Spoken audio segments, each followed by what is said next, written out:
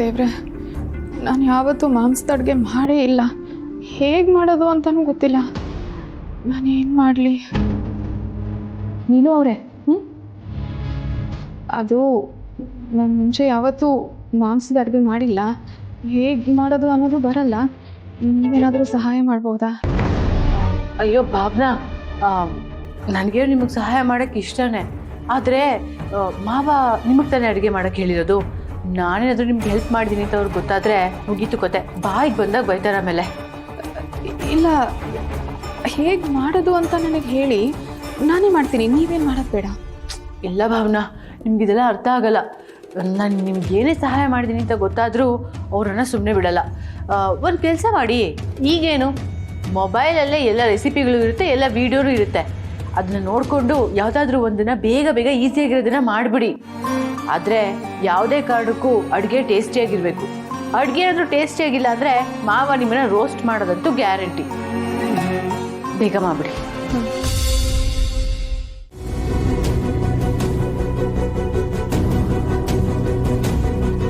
ದೇವ್ರೆ, ನನಗೆ ಗೊತ್ತಿರೋ ಹಾಗೆ ನಾನು ಮಾಡಿದ್ದೀನಿ. ಇವ್ರಿಗೆಲ್ಲ ಇಷ್ಟ ಆಗೋ ಹಾಗೆ ಮಾಡಪ್ಪ. ಮಾವ, ಭಾವನಾ ನಮ್ಮ ಮನೇಲಿ ಮೊದಲನೇ ಸಲ ಅಡುಗೆ ಮಾಡಿರೋದು. ಇದ್ರ ವಾಸನೆ ಎಷ್ಟು ಚೆನ್ನಾಗಿ ಬರ್ತಿದೆ ಅಲ್ವಾ? ವಾಸನೆನೋ ಸುವಾಸನೆನೋ ಊಟ ಮಾಡಿದ್ಮೇಲೆ ಎಲ್ಲನಮ್ಮ ಗೊತ್ತಾಗೋದು. ಮೊದಲು ಊಟ ಮಾಡಮ್ಮ. ನೋಡಮ್ಮ, ಏನಮ್ಮ ಮಕ್ಕ ನೋಡ್ತಿದ್ಯಾ? ಬಸ್ಸಮ್ಮ ಇಲ್ಲಿ.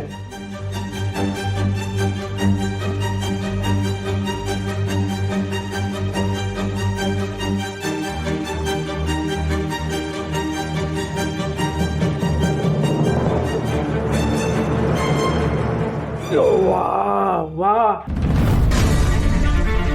ಇದೇನು ಊಟ? ಅಪ್ಪ, ಇದೇನು ಊಟನೇನವಾ? ಒಳ್ಳೆ ಅಡುಗೆನ ಕಲ್ಗಚ್ಚು ಮಾಡ್ದಂಗೆ ಮಾಡ್ಕೊಳ್ಳಲ್ಲ ಬಾಬು. ಉಪ್ಪಿಲ್ಲ, ಖಾರ ಇಲ್ಲ ಕಣವ. ಅಲ್ಲ ಕಣಮ್ಮ, ಮನೆಯಲ್ಲಿ ಅಷ್ಟೊಂದು ಐಟಮ್ ಐತೆ, ಅದನ್ನೆಲ್ಲ ಹಾಕಿ ಮಾಡೋ ಬದಲು ಹಿಂಗ್ ಮಾಡಿ ಮಡಗಿದ್ಯಲ್ಲ, ಇದು ನಾವು ತಿನ್ನಕ್ಕಾಯ್ತದ? ಯಾಕೆ ಮಾವ, ಅಡುಗೆ ಚೆನ್ನಾಗಾಗಿಲ್ವಾ? ಅಡುಗೆ ಮಾಡಿದ್ರೆ ಅದ್ರ ಪರಿಮಳ ಬಂದ್ರೆ ಸಾಲದು, ತಿನ್ನಕ್ ರುಚಿಯಾಗೂ ಇರಬೇಕು. ಅಲ್ಲ, ಇಂಥ ಐನಾತಿ ಅಡುಗೆ ಮಾಡಿ ಮಡಗಿದ್ಯಲ್ಲ, ಇದು ತಿನ್ನೋ ಬದಲು ನಾವು ನೀರು ಕುಡ್ಕೊಂಡು ಸುಮ್ಕಿರೋದೇ ಒಳ್ಳೇದು. ಅದಕ್ಕೆ ನೀನು ಹೇಳಿದೆ, ಅವಳು ಓದ್ಕೊಂಡಿರೋಳು, ಅವಳಿಗೆ ಅಡುಗೆ ಮಾಡಕ್ ಬರಲ್ಲ ಅಂತ. ನನ್ನ ಮಾತೇ ಕೇಳಿಲ್ಲ ನೀವು. ಅತ್ತೆ, ನಿಜವಾಗ್ಲೂ ಅಡುಗೆ ಚೆನ್ನಾಗಿಲ್ವಾ? ಅದನ್ನ ಬೇರೆ ಕೇಳ್ತಲ್ಲಮ್ಮ. ಇದನ್ನು ನಾವು ತಿನ್ನಕ್ಕೆ ಅಸಹ್ಯ ಪಟ್ಕೋತಾ ಇದ್ದೀವಿ. ನಮ್ಮ ಮನೆಗೆ ಬಂದವ್ರೆಲ್ಲ ಇದನ್ನು ಬಡ್ಸ್ಬಿಟ್ರೆ ನಮ್ಮ ಮಾನ ಮರ್ಯಾದೆ ಎಲ್ಲ ಹರಾಜಾಗೋಯ್ತದ ಅಷ್ಟೇ. ಅಲ್ಲ ಕಣಮ್ಮ, ನೀನು ನಿಮ್ಮ ಅಪ್ಪನ ಮನೆಗೆ ಅರ್ಜೆಂಟಾಗಿ ಹೋಗ್ಬೇಕು ಅಂತ ಇಂಥ ಕಚಡವಾಗ ಅಡುಗೆ ಮಾಡಿ ಮಡಗಿದ್ಯಲ್ಲ, ಇದು ನಾವು ತಿನ್ನಕ್ಕಾಯ್ತದೇನಮ್ಮ?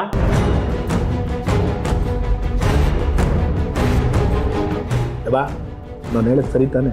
ಮೂಕಂಡ್ಲಾಜವ್ರ ವಯ್ಯಾರವಾಗಿ ಅಲಂಕಾರ ಮಾಡ್ಕೊಂಡು ನಡ್ದಂಗಲ್ಲ ಅಡಿಗೆ ಮಾಡೋದು. ಅದಕ್ಕೂ ಒಂದ್ ರೀತಿ ನೀತಿ ಇರ್ತದೆ. ಇದನ್ನೆಲ್ಲ ನಿಮ್ಮವ್ವ ಕಲ್ಸ್ಕೊಟ್ಟಿಲ್ವಾ? ಅಜ್ಜಿ, ಹಾಗೆಲ್ಲ ಹೇಳ್ಬೇಡಿ. ಮೊದ್ಲಿಂದಾನು ನನಗೆ ಮಾಂಸದ ಅಡುಗೆ ಮಾಡಿ ರೂಢಿ ಇಲ್ಲ. ರೂಢಿ ಇಲ್ಲದೆ ರೂಢಿ ಮಾಡ್ಕೋಬೇಕಣವ. ದೊಡ್ಡ ಮನೆ ಮಕ್ಕಳನ್ನ ಬುಟ್ಟಿಗೆ ಹಾಕೊಂಡು ಅವ್ರು ಮದುವೆ ಮಾಡ್ಕೊಂಡ್ಬಿಟ್ರೆ ಆಗಲ್ಲ. ದೊಡ್ಡ ಮನೆಯಲ್ಲಿ ಸಂಸಾರ ಹೆಂಗ್ ಮಾಡ್ಬೇಕು ಅನ್ನೋದನ್ನು ಕಲ್ತಿರ್ಬೇಕು ನೀನು.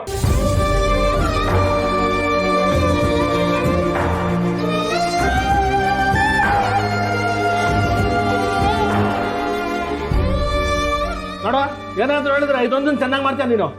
ಕಡೆ ಒಳಿಕೆ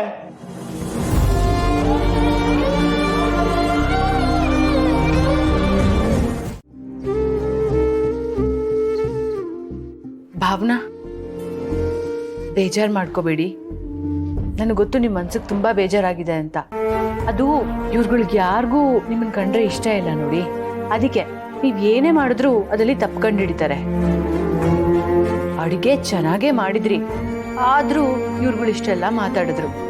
ನಾನು ತಿನ್ನೋಣ ಅಂತಾನೆ ಇದ್ದೆ, ಬಟ್ ಅಷ್ಟರಲ್ಲಿ ಇವ್ರುಗಳು ಇಷ್ಟೆಲ್ಲ ಮಾತಾಡ್ಬಿಟ್ರಲ್ಲ, ಅದಕ್ಕೆ ನನಗೂ ತಿನ್ನಕ್ ಮನ್ಸು ಬರಲಿಲ್ಲ.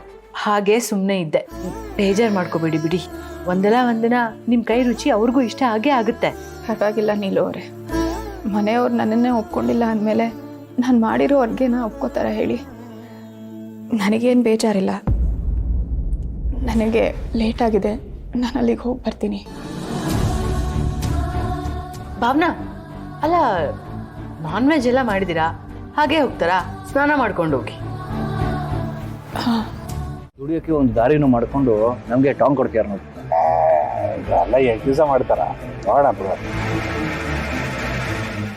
ಈ ಗ್ಯಾರೇಜ್ ಓಪನಿಂಗ್ಗೆ ಸಿಂಚನ ಹೋದ್ಲಾ? ಇಲ್ಲ ಬ್ರೋ, ಮನೇಲೇ ಇದ್ವಿ. ಅದಕ್ಕೆ ಹೋದ್ರಾ? ಹೋಗದೆ ಇರ್ತಾಳ. ಅವಳು ಒಂಥರ ನಮ್ಮ ಅಪ್ಪನಿಗೆ ಮನೆ ಮಗಳಾಗ್ಬಿಟ್ಟಿದ್ದಾಳೆ.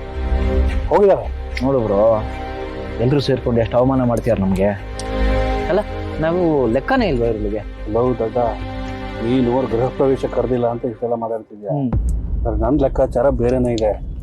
ಏನು ನೋಡ, ಈಗ ಶೆಡ್ ಹಾಕೊಂಡಿದಾರಲ್ಲ, ಹಾಂ, ಆ ಸೈಟು ನಮ್ಮ ಅಪ್ಪಂದೆ. ಮುಂದೆ ಇಲ್ಲಿ ಮನೆ ಕಟ್ತಾರೆ. ನಮಗ್ ಗೊತ್ತಾದ್ರೆ ಎಲ್ಲಿ ನಾವು ತಲೆ ಹಾಕ್ತೀವೋ ಅಂತ ಹೇಳಬಾರ್ದು ಅಂತ ಅಪ್ಪನ ಪ್ಲಾನ್ ಇದೆಲ್ಲ. ನಾಳೆ ನಾವು ಹಿಂಗೆ ಸುಮ್ಮನೆ ಇದ್ರೆ ಆ ಸೈಟನ್ನ ಭಾವನಂಗೋ ಅಥವಾ ವೆಂಕಿಗೋ ಬರ್ಕೊಟ್ಬಿಡ್ತಾರೆ. ಆಗ ನಮಗೆ ಅಷ್ಟೇ.